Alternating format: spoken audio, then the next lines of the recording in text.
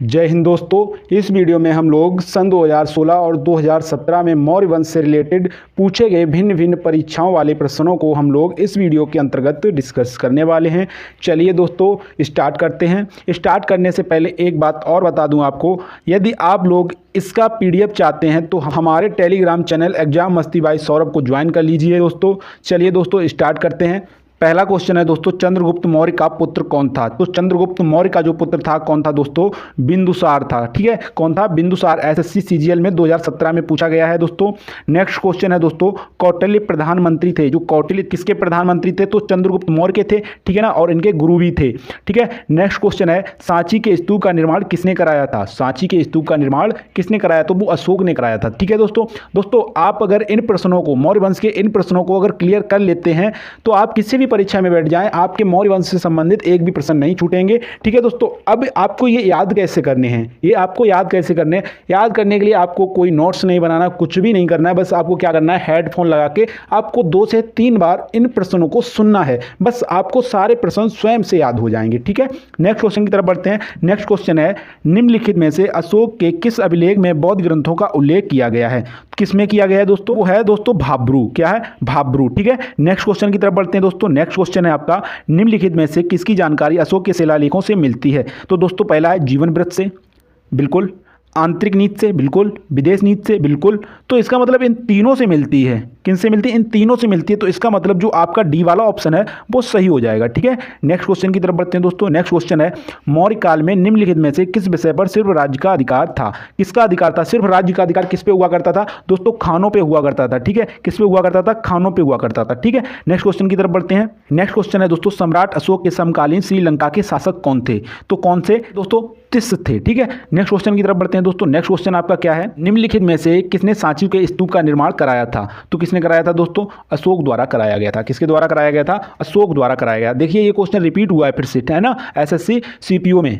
ठीक है, next question है दोस्तों, सूची 1 को सूची 2 से सुमेलित कीजिए और सूचियों के नीचे दिए गए कूट प्रयोग का सही उत्तर चुनिए। ठीक है, तो इसमें 2 सूचियां दे रखी हैं। एक में क्या दे रखा है?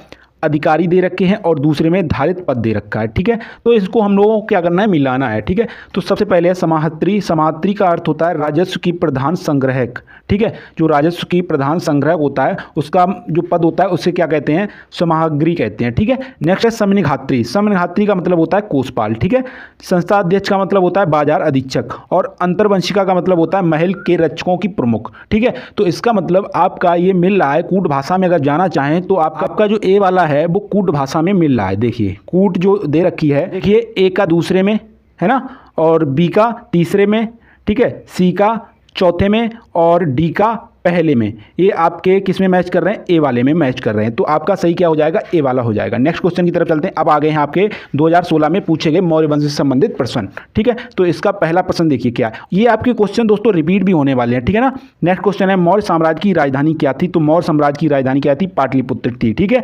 पाटलिपुत्र, याद रखना क्या थी? पाटलिपुत्र थी। नेक्स्ट क्वेश्चन है, कौटिल्य द्वारा रचित प्रसिद्ध पुस्तक का नाम क्या था? तो दोस्तों क्या था? अर्थशास्त्र। ठीक है ना।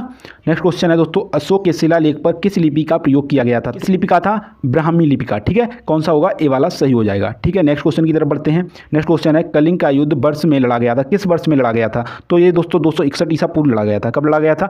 261 ईसा पूर्व। नेक्स्ट क्वेश्चन है, कलिंग युद्ध के पश्चात सम्राट अशोक ने किस धर्म को स्वीकार किया था? खारवेल से प्रभावित होकर इन्होंने बौद्ध धर्म अपना लिया था। ठीक है, नेक्स्ट क्वेश्चन की तरफ बढ़ते हैं। नेक्स्ट क्वेश्चन है, चंद्रगुप्त मौर्य ने पाटलिपुत्र में पैदा हुआ था जो अब में है। मतलब जो चंद्रगुप्त मौर्य थे वो पाटलिपुत्र में पैदा हुए थे। वो पाटलिपुत्र अब वर्तमान में कहाँ पड़ता है? तो वो वर्तमान में बिहार में पड़ता है। ठीक है दोस्तों।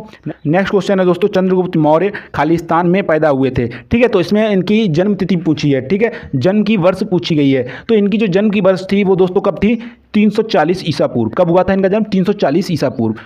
नेक्स्ट क्वेश्चन है दोस्तों, बिंदुसार किसका पुत्र था? तो इसका सही आंसर क्या होगा? तो थे चंद्रगुप्त मौर्य के। ठीक है, किसके पुत्र थे? चंद्रगुप्त मौर्य के। ठीक है, नेक्स्ट क्वेश्चन की तरफ बढ़ते हैं दोस्तों। नेक्स्ट क्वेश्चन है दोस्तों, चंद्रगुप्त 322 298 ईसा पूर्व किस वंश के शासक थे? तो आपको पता है मौर्य वंश की बात हो रही, तो मौर्य वंश। ठीक है, नेक्स्ट क्वेश्चन की तरफ बढ़ते हैं। नेक्स्ट क्वेश्चन दोस्तों आपका कह रहा है, महान अशोक 273 से 232 ईसा पूर्व किस वंश के शासक थे? तो आपको पता है दोस्तों किस वंश की बात हो रही? मौर्य वंश की बात हो रही। तो सीधी सी बात है, किसके शासक थे? मौर्य वंश के शासक थे। ठीक है, नेक्स्ट क्वेश्चन की तरफ बढ़ते हैं। नेक्स्ट क्वेश्चन है, सांची में स्थित बौद्ध स्मारकों का निर्माण किसने कराया था? तो दोस्तों मौर्य वंश की बात हो रही है, तो मौर्य वंश ठीक है, मौर्य राजवंश ने। नेक्स्ट क्वेश्चन की तरफ बढ़ते हैं। नेक्स्ट क्वेश्चन है दोस्तों, चाणक्य को नाम से भी जाना जाता था। तो दोस्तों चाणक्य के 3 नाम थे, चाणक्य, कौटिल्य और विष्णुगुप्त। ठीक है, नेक्स्ट क्वेश्चन की तरफ बढ़ते हैं। नेक्स्ट क्वेश्चन है दोस्तों, चाणक्य किसके प्रमुख सलाहकार थे? चाणक्य देखिए दोस्तों किसके सलाहकार थे? चंद्रगुप्त मौर्य के सलाहकार थे। ठीक है, नेक्स्ट क्वेश्चन की तरफ बढ़ते हैं। नेक्स्ट क्वेश्चन दोस्तों है, चंद्रगुप्त मौर्य रिक्त स्थान के प्रबल अनुयायी थे। तो चंद्रगुप्त मौर्य जो दोस्तों थे वो जैन धर्म को इन्होंने अपनाया था। ठीक है, और जैन धर्म अपनाने के बाद ये श्रवणबेला गए और वहीं पे जाकर इनकी मृत्यु हो जाती है। ठीक है दोस्तों, नेक्स्ट क्वेश्चन की तरफ बढ़ते हैं। नेक्स्ट क्वेश्चन है दोस्तों, सम्राट अशोक किसके उत्तराधिकारी थे? सम्राट अशोक किसके उत्तराधिकारी थे? तो बिंदुसार के ही उत्तराधिकारी थे। ठीक है, क्योंकि चंद्रगुप्त मौर्य के पुत्र कौन थे? बिंदुसार, और बिंदुसार के पुत्र कौन थे? अशोक। ठीक है, नेक्स्ट क्वेश्चन की तरफ बढ़ते हैं। नेक्स्ट क्वेश्चन है, महान सम्राट अशोक किस वंश के थे? तो दोस्तों देखिए कई बार ये प्रश्न रिपीट हो रहे हैं, बार बार प्रश्न रिपीट हो रहे हैं, तो मौर्य वंश के। ठीक है, नेक्स्ट क्वेश्चन की तरफ बढ़ते हैं। नेक्स्ट क्वेश्चन है, चाणक्य का एक अन्य नाम था। देखिए ये भी फिर से रिपीट हुआ है।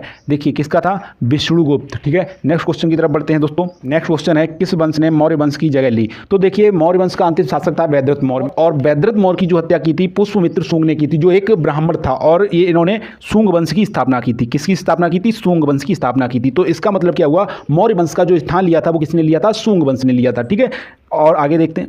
नेक्स्ट क्वेश्चन देखते हैं दोस्तों। नेक्स्ट क्वेश्चन है, मौर्य वंश का अंतिम सम्राट कौन था? ये बात अभी मैंने आपको बताई है, कौन था? बृहद्रथ। ठीक है, कौन था? बृहद्रथ। नेक्स्ट क्वेश्चन की तरफ बढ़ते हैं। नेक्स्ट क्वेश्चन है, विख्यात सांची स्तूप किसने बनवाया था? ये प्रश्न 4थी बार रिपीट हुआ है, तो किसने कराया था? अशोक ने। ठीक है दोस्तों, यदि दोस्तों आप 1990 से लेकर 2017 तक के सारे प्रश्नों को अगर कवर कर लेते हैं तो मौर्य वंश से एक भी प्रश्न आपका कभी नहीं छूटेगा जीवन में, मैं बता रहा हूं आपको। ठीक है, तो नेक्स्ट क्वेश्चन है दोस्तों, कलिंग युद्ध का वितरण हमें ज्ञात होता है।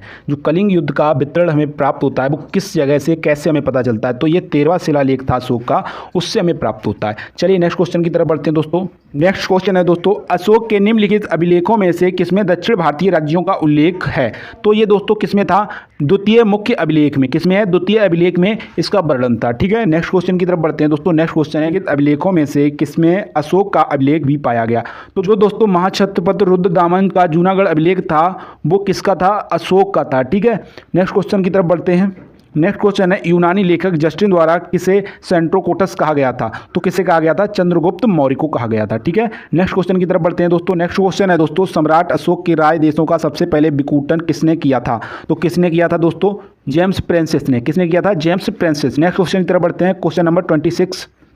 नेक्स्ट क्वेश्चन है दोस्तों, इसमें क्या है? 2 कथन दे रखे हैं। क्या गया है? 2 कथन दे रखे हैं और पूछा गया है कौन सा सत्य है और कौन सा असत्य है। तो दोस्तों हम सबसे पहले पहला कथन समझते हैं। सम्राट अशोक ने मृत्युदंड को समाप्त कर दिया और अपनी सेना को भंग कर दिया। ऐसा तो कभी नहीं किया इन्होंने। नेक्स्ट देखते हैं, कलिंग युद्ध के पश्चात अशोक पश्चातापी होकर बौद्ध बन गए। हाँ, ये तो हुआ था, ये तो हुआ था। तो इसके हिसाब से इसका जो सही होगा वो क्या होगा? सेकंड वाला सही होगा। तो इसके हिसाब से ऑप्शन आपका है केवल कथन 2 ही सत्य है। तो कौन सा सही होगा? डी वाला आपका सही हो जाएगा। नेक्स्ट क्वेश्चन की तरफ बढ़ते हैं दोस्तों। नेक्स्ट क्वेश्चन है दोस्तों, निम्नलिखित कथनों पर विचार कीजिए। ठीक है, तो इसके 2 कथन दे रखे हैं इसमें भी। ठीक है, तो देखते हैं। तो पहला कथन दे रखा है दोस्तों, रोमन देई के स्तंभ पर उत्कीर्ण लेख अशोक के धर्म का सुस्पष्ट वितरण देते हैं। और दूसरा दे रखा है, निगल सागर शिलालेख अशोक द्वारा कोणगमन स्तूप की यात्रा किए जाने के तथ्य का अभिलेख करता है। उपयुक्त कथन में से कौन सा सही है? तो इसमें दोस्तों कौन सा सही होगा? दूसरा वाला ही सही है। इसका मतलब क्या हुआ? केवल कथन 2 ही सत्य होगा। तो इसका सही आंसर क्या होगा? केवल 2 कथन सही होगा, यानी ए वाला आपका सही हो जाएगा। तो दोस्तों इस प्रकार आपके सन 2016 और 17 में विभिन्न परीक्षाओं में पूछे गए प्रश्नों को हम लोगों ने क्लियर कर लिया है। नेक्स्ट वीडियो में दोस्तों हम देखेंगे 1990 से लेकर 2015 तक विभिन्न परीक्षाओं में पूछे गए मौर्य वंश से संबंधित सभी प्रश्नों को क्लियर करेंगे। ठीक है दोस्तों मिलते हैं नेक्स्ट वीडियो में। तब तक के लिए नमस्कार, जय हिंद।